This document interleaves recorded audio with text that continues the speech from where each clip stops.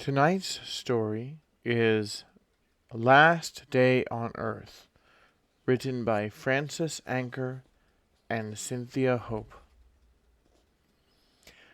The brilliant scientist, in a moment of weakness, had made a terrible mistake, and now he must pay the price. But first, there was unfinished business to attend. Dr. Carlyle knew, a moment after he inserted the needle and watched the fluid drain slowly into his arm, that something had gone wrong. It came to him in a slow crystallization of horror that the test tubes were not in their right order, and when he checked the numbers again with an almost desperate precision, he saw what he had done. He, Dr. William Royal Carlyle, at the peak of a great career in research, had injected himself with almost certain death. He stared at the needle on the table, and while he watched, a strange light crept over it. Dawn. He raised his eyes and saw the day come through the high windows of his laboratory, gentle and golden, like a woman with her arms outstretched. His last dawn? He pushed himself up from the table and crossed the room on stiff, trembling legs. The sky was flushed with a spreading light, and the east sides of all the great buildings of the city had turned gold in the rising sun. He stared at it, like an exile about to be banished from a loved country. And he knew in that bitter moment that though 43 years of his life were spent, he had never really seen the dawn before. Too often it had merely meant a time to stop work, after some laboratory experiment carried on far into the night, a symbol that he must admit another grueling failure to find his way through the pathless forest of science. But now, in this quickened instant, he saw the dawn for what it was, bright, gilded, promising, offering its 12 hours daylight, without favor or prejudice, to all on earth to do with as they pleased. He turned away from it, passing a hand across his eye, and down over the short stubble of beard that grew along his jaw. His arm had begun to swell, slowly, almost imperceptibly, in the area of the injection. This was the way it worked. 763X, slow as a drowsing rattlesnake, just as deadly when it struck. The white mice they'd tested had appeared normal for 6 hours after the injections. Then, just when it seemed the experiment would succeed, death had struck through both cages, violent and irrevocable. Carlyle thrust the memory from his mind. He had tried this experiment on himself against the advice of his co-workers and his own better judgment, tried it in a moment of exhaustion when fatigue stood at his elbow, fogging his vision, clouding his mind. Reaching for 764X, he had accidentally taken up the old 763X, the very serum that had already been tested and proved fatal.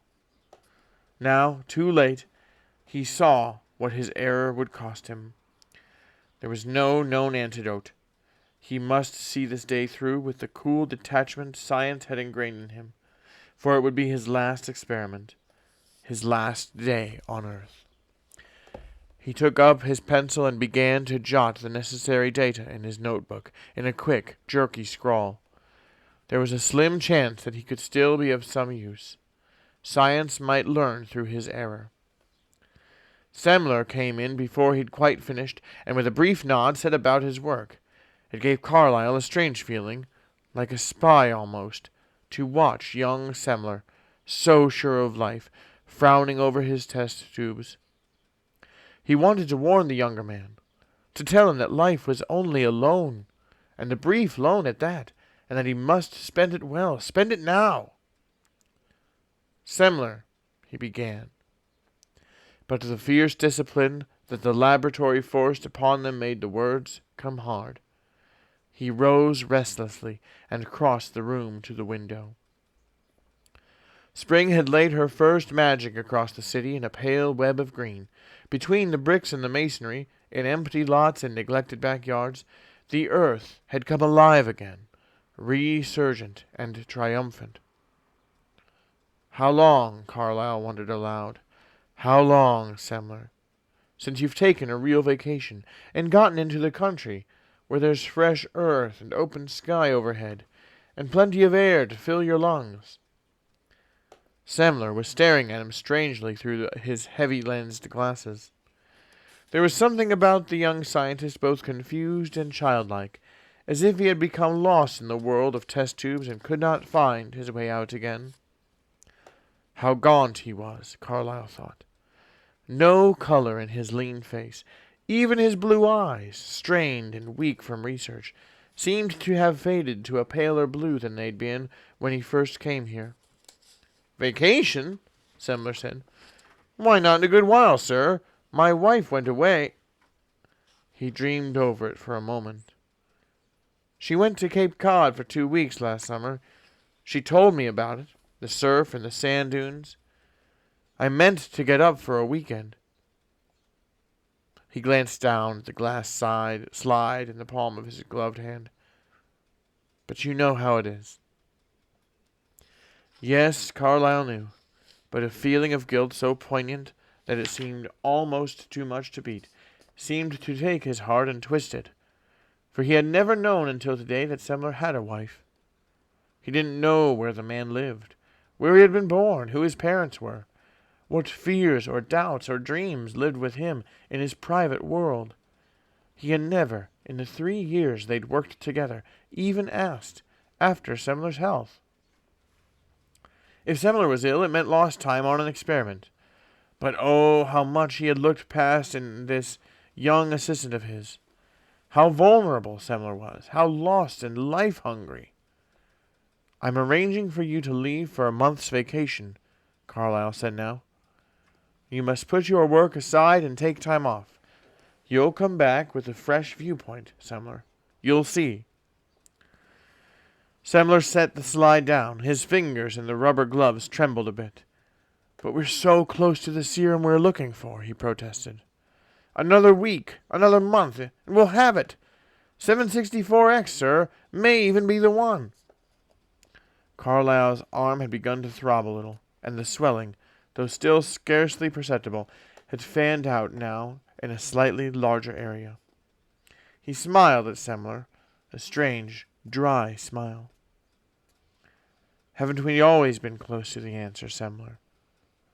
Hasn't it always been another week, another month, another year, while life slipped by and all the things we promised ourselves slipped by with it? Don't wait! Take your vacation while you're young, and there's still time." He turned his back to conceal the emotion he knew must show in his face. When he'd regained control of his voice again, he said evenly, "I've some business to attend. I'm taking the day off, tomorrow." He chose the words carefully. "Tomorrow I may be called away. All my latest findings are there, Semler, if you need to refer to them, on the last page of my notebook." He held out his hand briefly and shook Semler's gloved one. "Carry on," his soul whispered. Then he turned and hurried down the dark, soundless corridor. Outside, the spring sun shone warmly on his back, and as he made his way along the crowded street, the very air seemed to seduce him. Had spring ever been so gentle, so endearing before?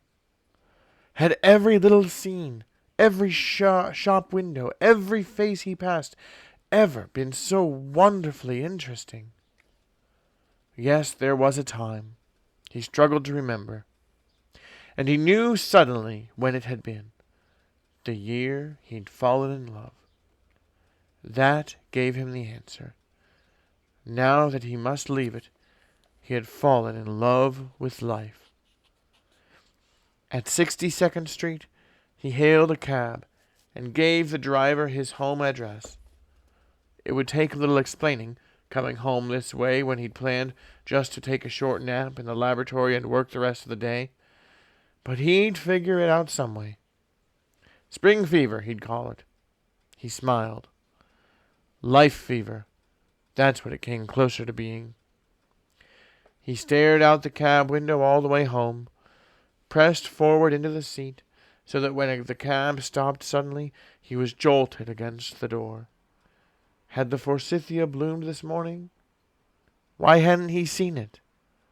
And the grass along the drive, it couldn't have gotten green in a single day. Almost, it seemed, fate was mocking him. And yet he knew that was not true. His blind past was mocking this brief stretch of present. When she heard his ring at the door, his wife came running. "Roy," she called out. "Roy, is anything wrong?" He stood on the threshold and watched her open the door to him. Mary, his wife. Just so she had opened her life to him 10 years ago. Mary, with her soft hair, like a wreath of golden sunlight, and her blue eyes that still could look at him as if he contained her world. He caught her against him, soundlessly, wordlessly, and rocked her for a moment. She struggled in his arms. "Roy, Roy," she cried, "something's gone wrong, terribly wrong. My darling, what is it?" He felt the trembling deep inside him, the terrible trembling. For of all the bonds that held him to life, this was the strongest, the deepest. How could he kiss her, knowing that it would be the last time? "Nothing's wrong," he managed. "Only that it's spring, and I decided to take a day off. I promised Felice I'd take her to the park. Where's Felice?" At the mention of her name, his little girl bounded in from the back room. "Daddy!" she cried and flung herself upon him. "Oh, Daddy, Daddy, Daddy, Daddy!" Was that how it had always sounded, the funny little music of her voice, the sound of his name when she said it? Had her hair always been this way, to his touch, silken and smelling of soap? He caught her under his arms and swung her high in the air, so that her starched dress fanned out behind her. "How's my big girl?" he asked, searching her dancing gray eyes. She hung around his neck, kicking and laughing, overjoyed at this surprise visit at the start of a routine day. "We're going to the park," he announced. "Remember, Felice? I promised I'd take you. Oh, a long time ago." 3 years ago? Yes, 3 long springs ago, when Semler had first come to him to work on 124X, and they'd thought they would have the answer with 125X. "We'll buy you a balloon," he promised Felice. "Any color you want, and we'll have lunch outside under the big umbrellas.